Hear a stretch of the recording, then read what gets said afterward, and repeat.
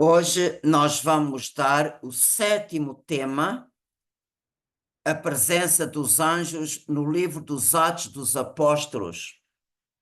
Isto é o tema geral, e o sétimo tema tem como subtítulo a familiaridade com os anjos na Igreja de Jerusalém. Vamos começar a nossa meditação com a leitura do livro dos Atos dos Apóstolos, capítulo 12, versículo 1 a 11. E diz o seguinte: Por esse tempo, o rei Herodes maltratou alguns membros da igreja. Mandou matar à espada Tiago, irmão de João, e vendo que tal procedimento agradava aos judeus, mandou também prender Pedro. Decorriam os dias dos ázimos. Depois de o mandar prender, meteu-o na prisão, entregando-o à guarda de 4 piquetes, de 4 soldados cada um, na intenção de o fazer comparecer perante o povo a seguir à Páscoa. Enquanto Pedro estava encerrado na prisão, a igreja rezava a Deus instantemente por ele. Na noite anterior ao dia em que Herodes contava fazê-lo comparecer, Pedro estava a dormir entre 2 soldados, bem seguro por 2 correntes, e diante da porta estavam sentinelas de guarda à prisão. De repente apareceu o anjo do Senhor e a masmorra foi iluminada de luz. O anjo despertou Pedro, tocando-lhe no lado e disse-lhe: Ergue-te depressa. E as correntes caíram das mãos. O anjo prosseguiu: Põe o cinto e calça as sandálias. Coisa que ele fez.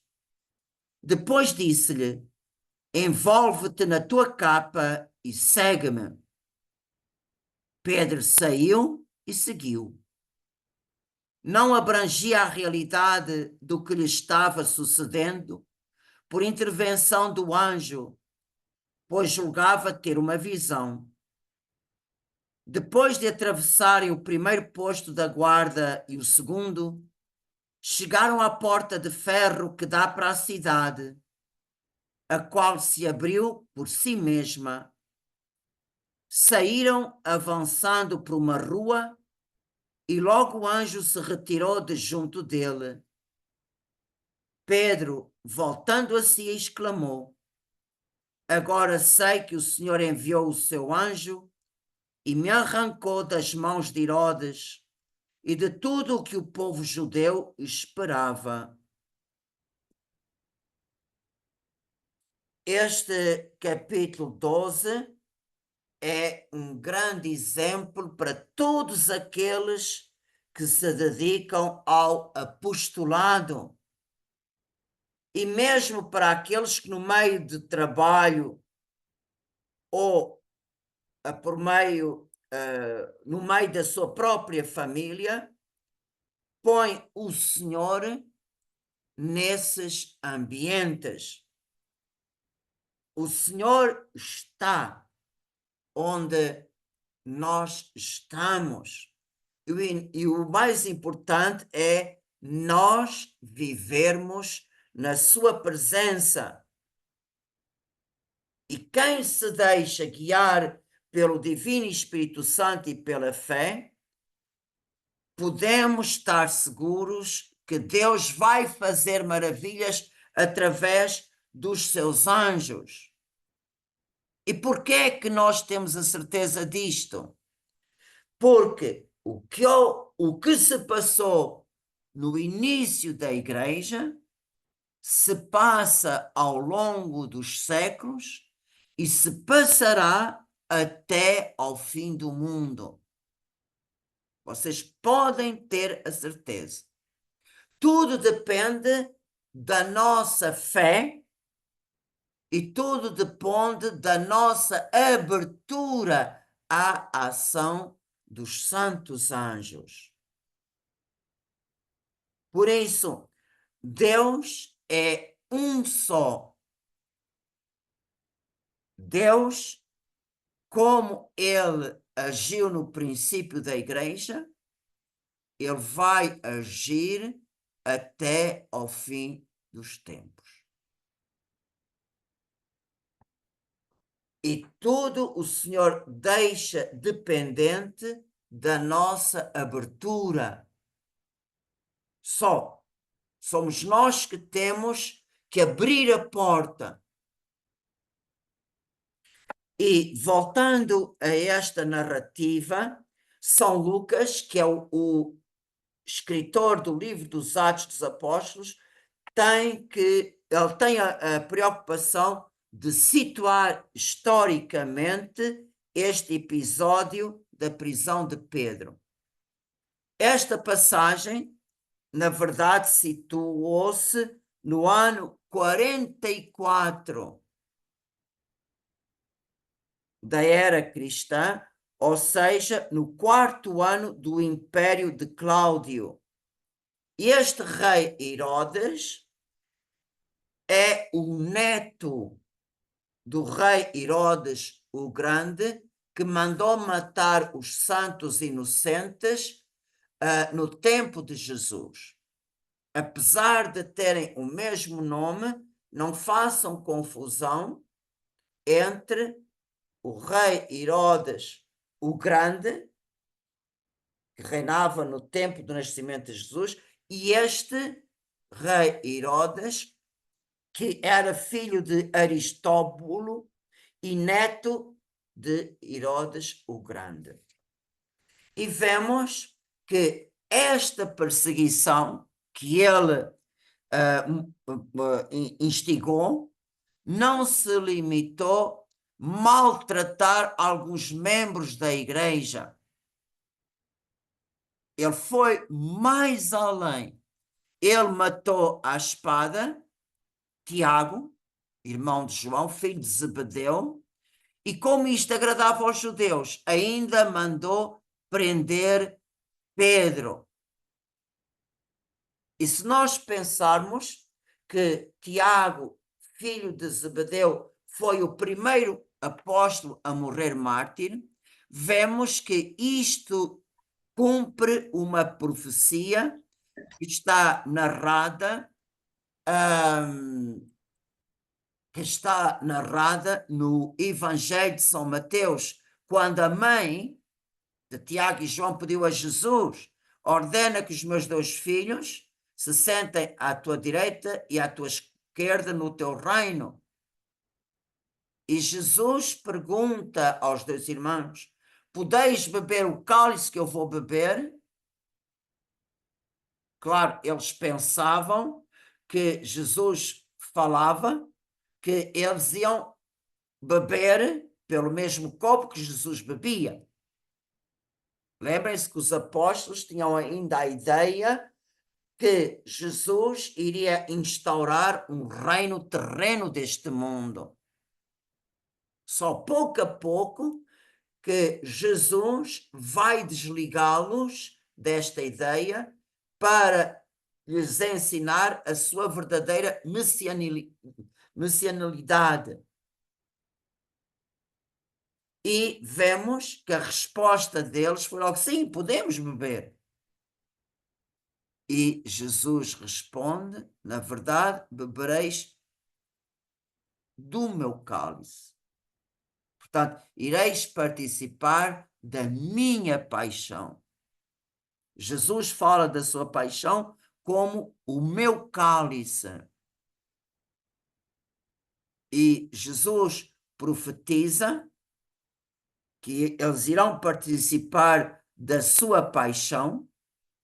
E o certo é que Tiago foi o primeiro apóstolo a morrer mártir, e todos os apóstolos, à exceção de João, todos eles vão ser martirizados e vão derramar o seu sangue, à imitação de Cristo, pela salvação do mundo e pela expansão do Evangelho. E Jesus, ele não mente, ele não nos engana. Nós que trabalhamos por ele, o Senhor nunca nos promete o céu neste mundo, nem tampouco prometeu aos seus apóstolos. Quando Pedro perguntou a Jesus, nós que deixamos tudo, qual é a recompensa? Jesus disse, quem tiver deixado casa, irmãos, irmãs, mãe, pai, filhos ou campos por minha causa e por causa do Evangelho, receberá 100 vezes mais. Mas como nós não podemos ter o céu neste mundo, receberemos neste mundo 100 vezes mais, juntamente com perseguições. E no tempo futuro, a vida eterna. Portanto, trabalhar para o Senhor significa participar da sua paixão. Para quê? Para fecundar, para que os frutos do apostolado se multipliquem através da nossa união com Cristo Redentor. E também aos apóstolos e seus sucessores, Jesus profetiza, prediz perseguições. Eis que vos envio como ovelhas no meio de lobos. Tende cuidado com os homens, hão de entregar-vos aos tribunais do sinédrio e açoitar-vos nas sinagogas. Sereis levados perante governadores e reis por minha causa, para dar testemunho diante deles e dos pagãos. E vós sereis odiados por todos por causa do meu nome. Portanto, vocês vejam, aos apóstolos e seus sucessores e colaboradores, vemos o que o Senhor nos diz. Mas também é importante termos isto em conta, que o Senhor promete uma grande recompensa àqueles que participam do seu cálice. O que é que diz Jesus? Diz, bem-aventurados sereis quando vos insultarem e perseguirem, e mentindo disserem todo o género de calúnias contra vós. Por minha causa, exultai e alegrai-vos, porque grande será a vossa recompensa nos céus.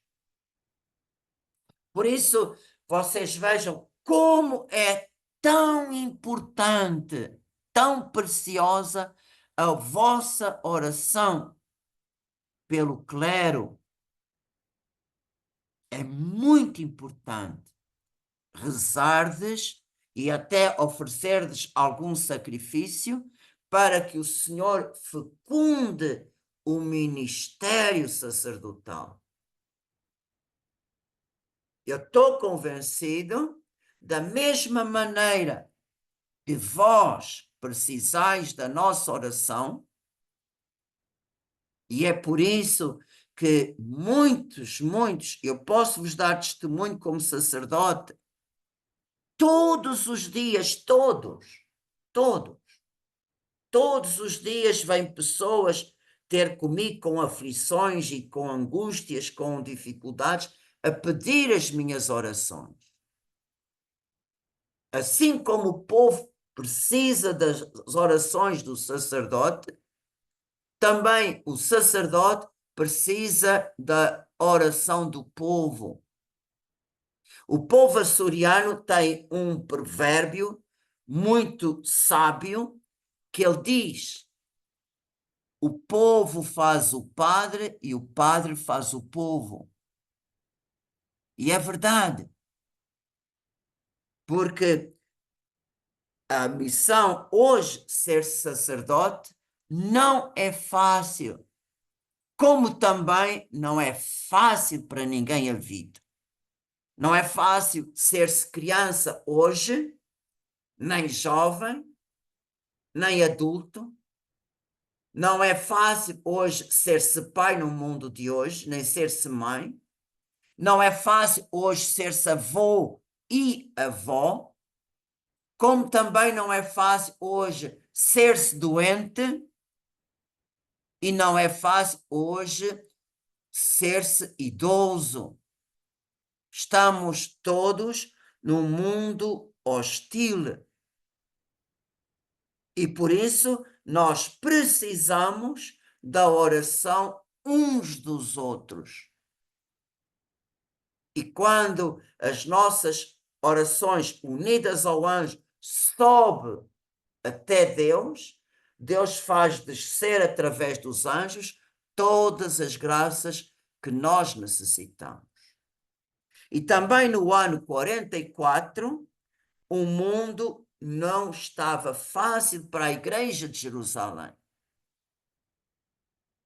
Vocês reparem o testemunho de São Lucas. Herodes, vendo que tal procedimento agradava aos judeus, portanto, não só maltratar os discípulos do Senhor, não só matar Tiago, mas também chegou ao ponto de prender Pedro, que é a cabeça visível da Igreja de Cristo.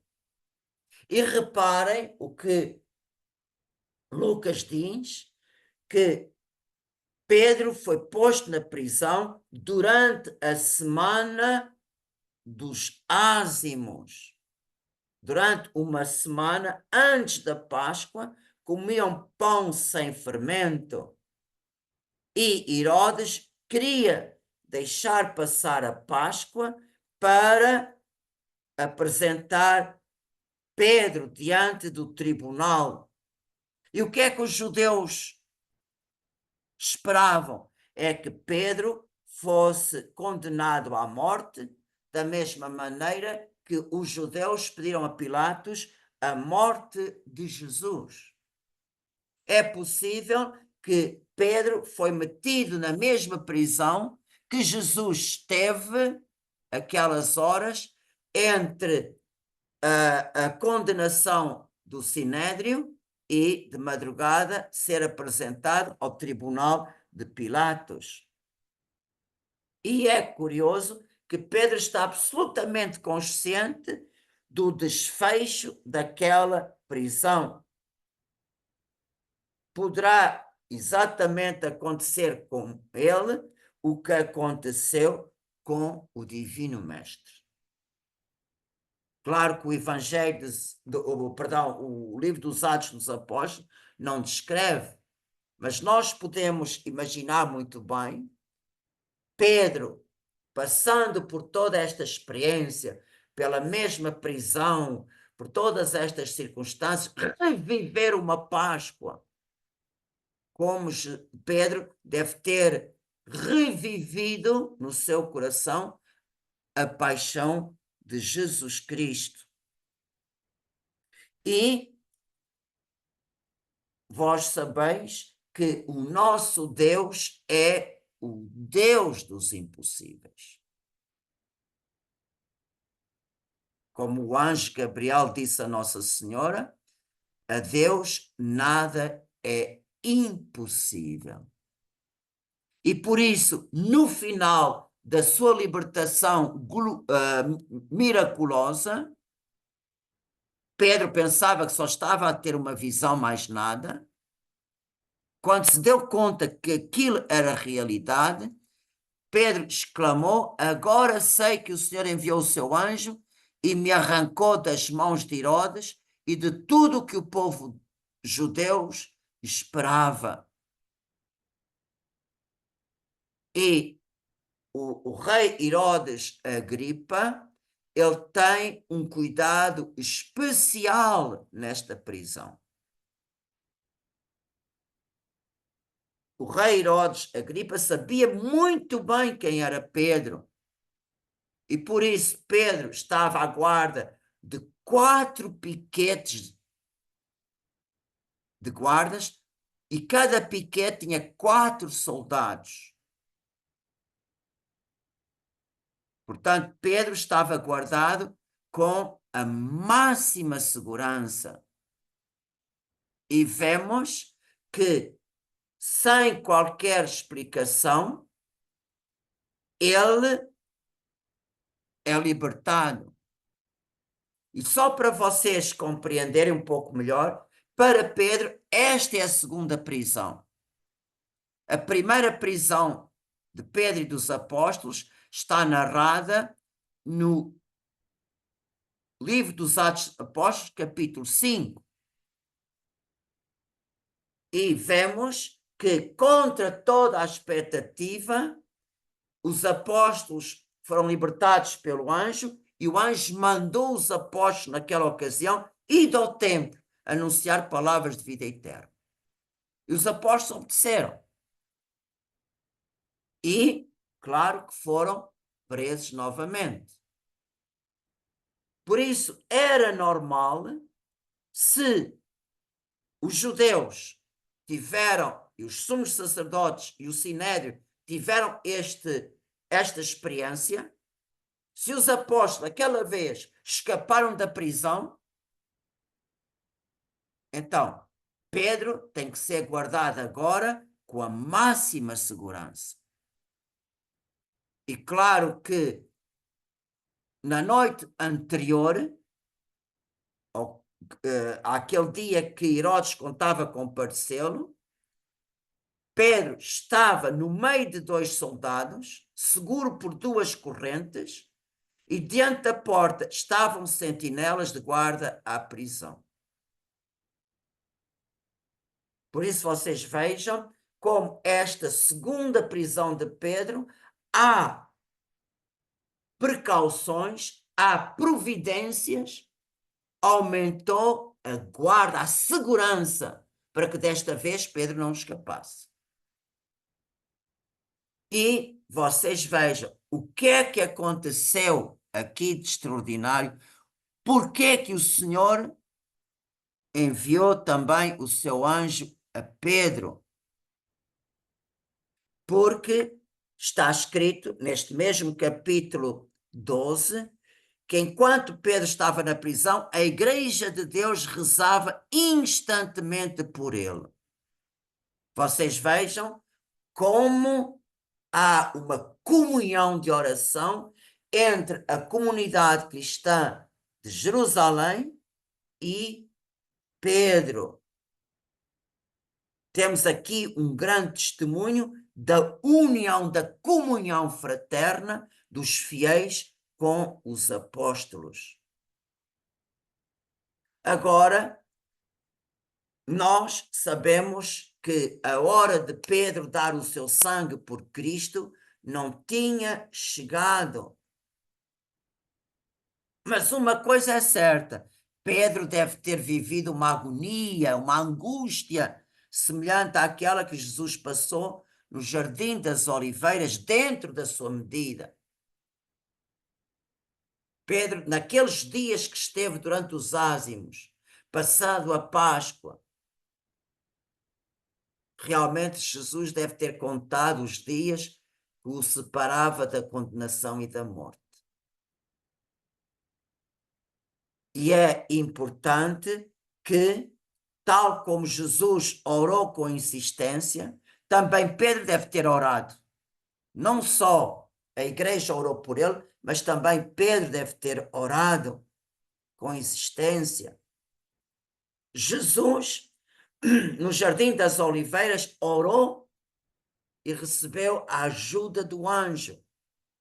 Pedro orou e recebeu o auxílio inesperado do anjo, porque a igreja unida orou por ele também. E o livro dos Atos dos Apóstolos, e eu não me canso de repetir o que está escrito para vocês verem como o anjo age. De repente apareceu o anjo do Senhor e a masmorra foi iluminada de luz. Pedro despertou. Por quê? Porque o anjo tocou-lhe no lado e disse-lhe: ergue-te depressa. E só a palavra do anjo, ergue-te, as duas correntes caíram das mãos. O anjo perseguiu. Põe o cinto e calça as sandálias. Coisas que ele fez. Depois disse: envolve-te na tua casa e segue-me. E Pedro saiu e seguiu. Vemos aqui também um paralelo. No Antigo Testamento há situações que o anjo interveio. Aqui o anjo intervém com autoridade. Olhai, ele não pede, ele ordena. Repara, ergue-te. Depois, põe o cinto, calça as sandálias, envolve no manto e segue-me. Portanto, o anjo ordena e o apóstolo São Pedro obedeceu prontamente, sem replicar uma só palavra. Portanto, nós temos aqui Pedro numa atitude de obediência pronta e instantânea à voz do anjo. Pedro não replica nada. Ouve, obedece. E esta atitude de Pedro, o que é que nos ensina? É que os apóstolos, sobretudo Pedro, devia ter uma grande familiaridade com os anjos. Devia. Porque Pedro põe em prática uma palavra extraordinária que aparece no livro do Êxodo, capítulo 23, versículo 21 e 22. O que é que o Senhor diz nesta palavra? Está sempre vigilante na sua presença, escuta o que ele te disser, não lhe desobedeças, pois não perdoará as vossas transgressões. E ele fala em meu nome. Se escutares a sua voz e fizeres tudo o que eu te disser, serei inimigo dos teus inimigos e perseguirei os que te atormentam. E olhai que esta passagem do livro do Êxodo, a igreja na sua liturgia, no dia 2 de outubro, que é a festa dos anjos da guarda, a igreja serve desta passagem para nos mostrar como devemos viver com o nosso anjo da guarda. E quais são os exemplos que Pedro nos dá? Primeiro, uma confiança incondicional. Portanto, o Pedro se abandona totalmente nas mãos do anjo. Segundo exemplo, obediência pronta à sua voz. E terceiro, seguir o anjo como instrumento da misericórdia de Deus em nosso favor. O santo anjo da guarda está ao nosso lado para nos servir, ou melhor, para servir Deus presente em nós. Nós podemos dizer, sem medo de errar, que o anjo está junto de nós como sinal da misericórdia de Deus. Outra coisa, nesta libertação de Pedro, o anjo manifesta o poder que ele tem sobre as coisas deste mundo. E aqui no capítulo 12, nós temos dois grandes exemplos. Primeiro, quando o anjo diz, ergue-te depressa, o que é que aconteceu? As correntes que prendiam Pedro caíram das suas mãos. O anjo não tocou, simplesmente diz, ergue-te. E as correntes que não deixavam Pedro levantar-se, tombaram. Segundo exemplo, quando chegaram à porta de ferro que dá para a cidade, esta abriu-se por si mesma e saíram avançando por uma rua. O anjo acabou de cumprir a sua tarefa, desapareceu. Vejam como o anjo é fidelíssimo à vontade de Deus. Não faz nada a mais nem a menos. Ele é perfeitíssimo em cumprir só a vontade de Deus. E quando o anjo desapareceu, é que Pedro pôde distinguir a realidade daquilo que ele imaginava ter uma visão.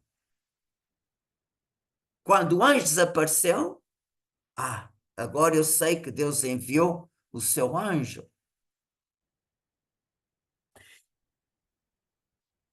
Vocês vejam, Lucas continua a sua narração, nós vimos no princípio até o versículo 11, como é que a narração do capítulo 12 continua, diz o seguinte, depois de refletir, quer dizer, depois que Pedro tomou consciência da realidade, Pedro dirigiu-se à casa de Maria, mãe de João, por sobrenome Marcos, onde numerosos fiéis estavam reunidos a orar. Bateu à porta de entrada e uma serva chamada Rode veio atender. Reconheceu a voz de Pedro e, com alegria, em vez de abrir a porta, correu a anunciar que Pedro se encontrava em frente da porta.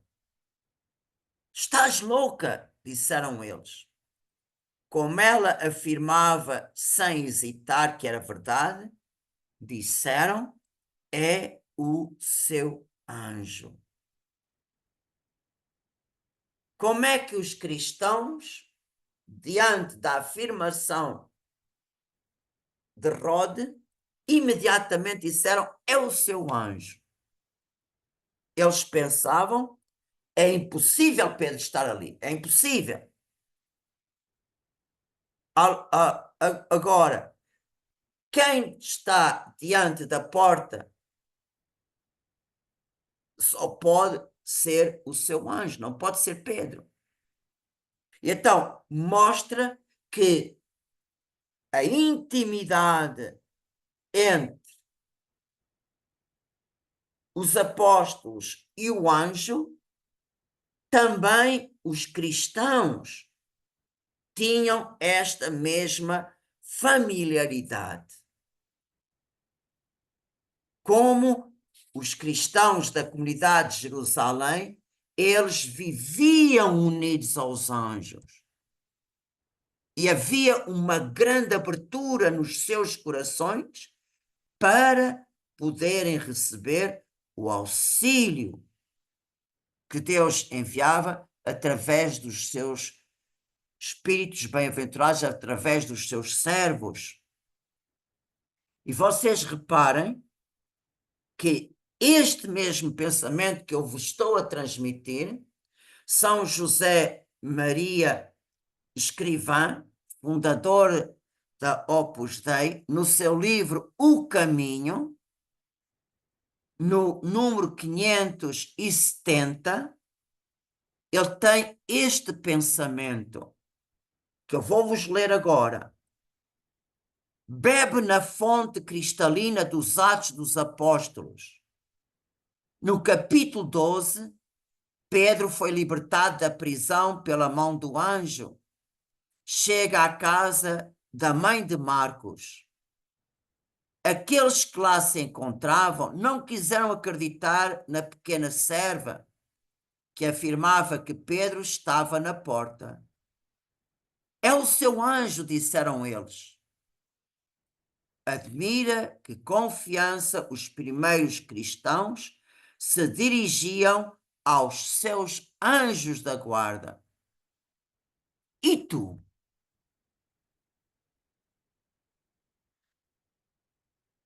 E nós podemos ter esta pergunta: será que nós podemos ter a mesma familiaridade com os santos anjos que tinham os primeiros cristãos no tempo dos apóstolos?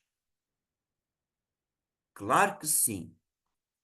Para termos esta familiaridade, só há um caminho: abrir a nossa vida do dia a dia e convidar os santos anjos, a começar pelo nosso anjo da guarda, a viverem conosco em todos os momentos. Reparem, é muito importante termos esta consciência. Assim como Deus respeita a nossa liberdade e a nossa vontade até às últimas consequências, também o mesmo faz o anjo. Por isso, ele, para entrar na nossa vida mais intimamente, temos que lhe abrir a porta. Como? Através da nossa confiança. E eu gostaria de vos dar 4 exemplos práticos. 4.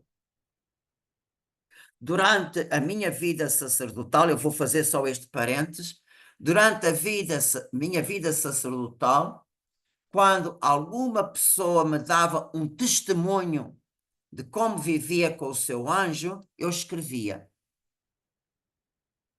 E eu, ao longo dos anos, eu tenho um desdobrável, um folheto, só com exemplos de como viver com o anjo. Exemplos práticos de gente como nós. Não são pessoas de outro mundo, são gente de carne e osso que vive neste mundo como nós, na nossa época. E o Senhor deu uma graça de fazer esta coletânea. Vocês sabem qual é o último exemplo que eu escrevi nesta folha?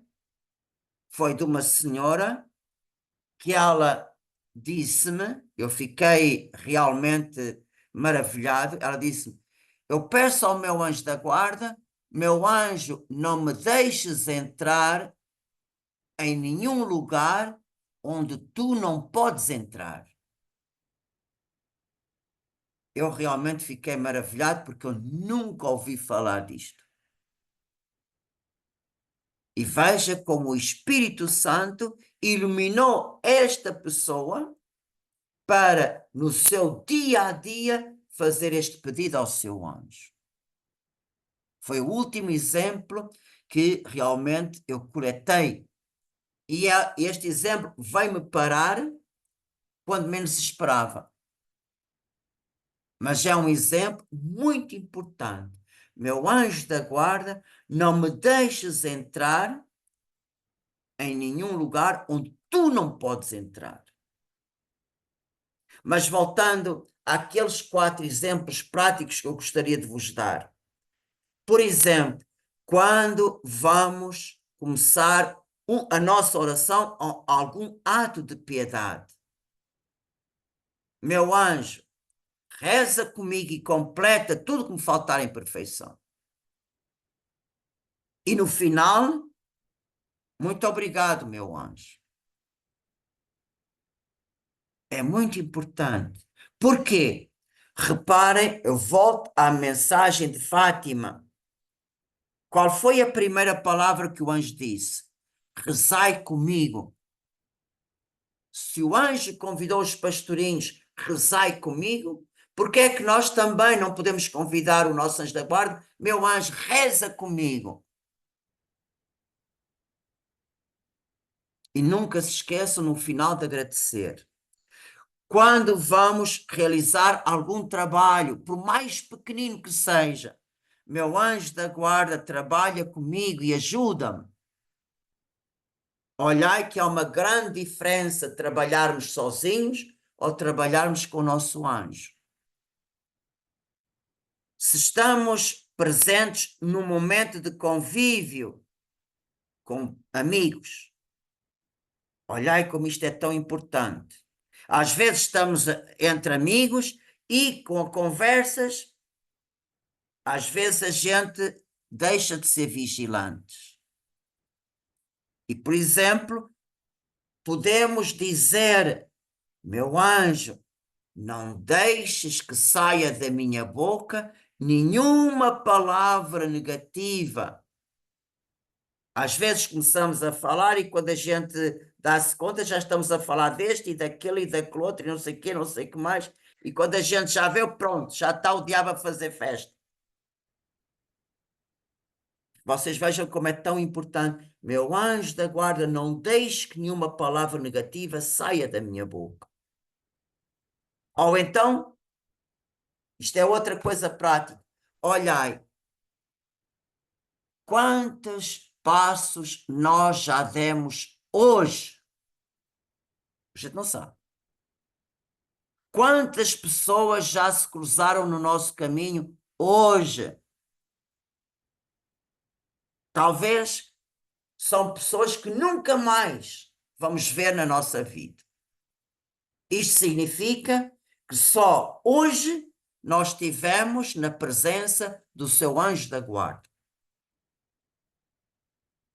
Cada dia é diferente. Passa por nós tantas pessoas e tantos anjos. Por exemplo, nós podemos pedir santos anjos de todos aqueles que estão passando por mim. Adoremos o Deus 3 vezes santo. Santo, santo, santo. Quando nós vamos ao supermercado, quanta gente está ali?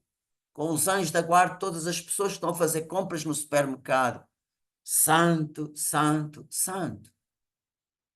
Tanta coisa. Vamos ao hospital com todo o pessoal de saúde, com todos os doentes que estão aqui, com os anjos da guarda de toda esta gente.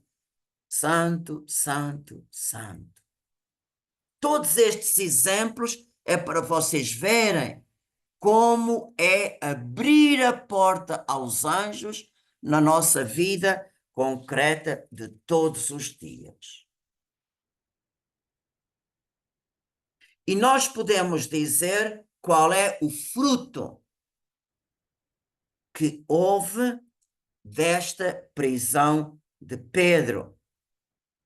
No capítulo 5, na primeira prisão, o anjo mandou a Pedro e aos apóstolos irem ao templo e depois foram presos novamente. Aqui na segunda prisão, o anjo pura e simplesmente libertou Pedro e não lhe disse mais nada.